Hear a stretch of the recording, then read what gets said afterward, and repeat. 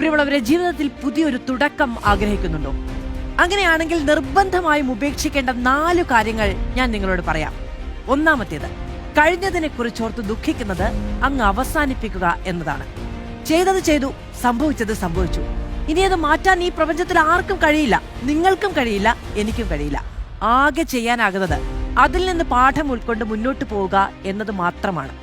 ഓരോ വീഴ്ചയും ഓരോ ബോധ്യങ്ങളാണ്, പുതിയ പാഠമാണ്, പുതിയ കരുത്താണ്.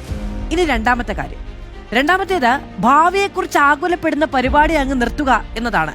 നാളെ എന്ത് സംഭവിക്കുമെന്നോർത്ത് ആശങ്കപ്പെട്ടിട്ട് വല്ല കാര്യവുമുണ്ടോ? എന്തെന്ന് ആർക്കും അറിയാത്ത ഭാവിയെക്കുറിച്ചുള്ള വേവലാതികൾ നമ്മുടെയൊക്കെ ഊർജ്ജം അങ്ങ് ചോർത്തിക്കളയും, സ്വപ്നങ്ങളെ വിഴുങ്ങിക്കളയും. പകരം ഈ നിമിഷത്തെ മുറുകെ പിടിക്കുക. മുന്നിൽ വരുന്നത് എന്തും നേരിടാൻ തീർച്ചയായും നിങ്ങൾക്കാകുമെന്നേ.